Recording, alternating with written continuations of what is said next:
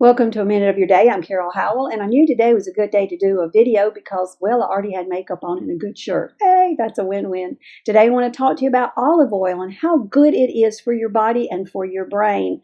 I was reading an article recently by Dr. David Perlmutter where he discussed the consumption of olive oil being good for you, and one of the reasons is the connection between it and your brain. But you need to know a study was done, and they looked at the risk of death.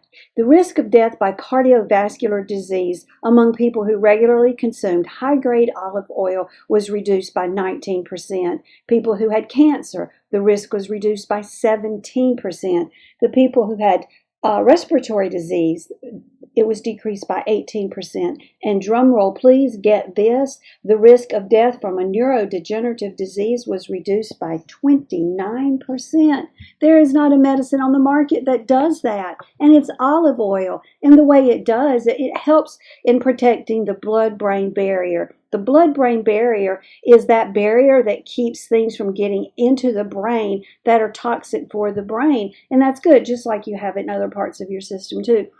The blood-brain barrier we want to keep intact.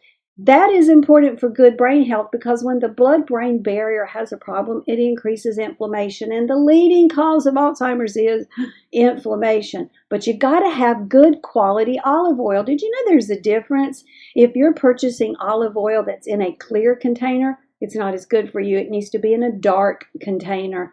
If you're purchasing olive oil that does not have a harvest date on it, be concerned. As I am learning about olive oil, the olives that are the best quality, that are not bruised or whatever they look for to grade or rank these olives, those are the ones that are used for the olive oil that just cost a lot of money. And the olive oil that costs less, well, it's made from those olives that didn't make the cut. And sometimes they sit back for a while before they are produced or turned into olive oil. You don't want that. You want good quality olive oil. I want to show you what I use, and I've done a lot of investigating, and this is California Olive Ranch, and on the back, you probably cannot see it. I don't have my glasses on. Here it is. In this little square, above it are the words harvest date, and that's how I know I've got a good quality oil here, and the container's dark. Now, how much do you need? Dr. Perlmutter consumes 1 liter a week. I'm telling you, that's a lot of olive oil. But what I consume is 1/4 cup a day.